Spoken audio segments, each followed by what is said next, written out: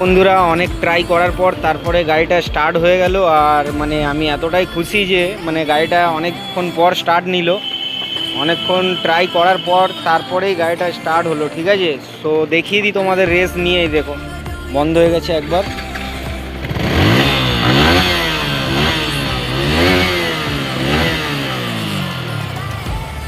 So অনেকক্ষণ রাখার পরে গাড়িটা গরম হয়ে গেল। গরম হওয়ার পরে অনেক কিছু সেন্সারের মধ্যে জল ঢুকে গেলে এরকমটা হয়। তো সবাইকে বলবো যারা যারা মানে মনসুন টাইমে রাইড করো, সো ইঞ্জিন ফিঞ্জিনে যদি জল ঢুকেও যায় সঙ্গে সঙ্গে স্টার্ট দেবে না, কিছুক্ষণ রাখার পর গাড়ি অটোমেটিক স্টার্ট হয়ে যাবে। সো এইটা মাথায় রাখবে। আর আমার সাথে তো অনেক কিছুই ঘটে গেছিলো, যেহেতু আমি তারপরে অনেকক্ষণ পর জল বের করার পর এই জিনিসটা হলো।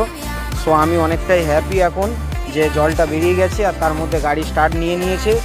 সো দেখা হচ্ছে নেক্সট ভিডিওতে। টাটা।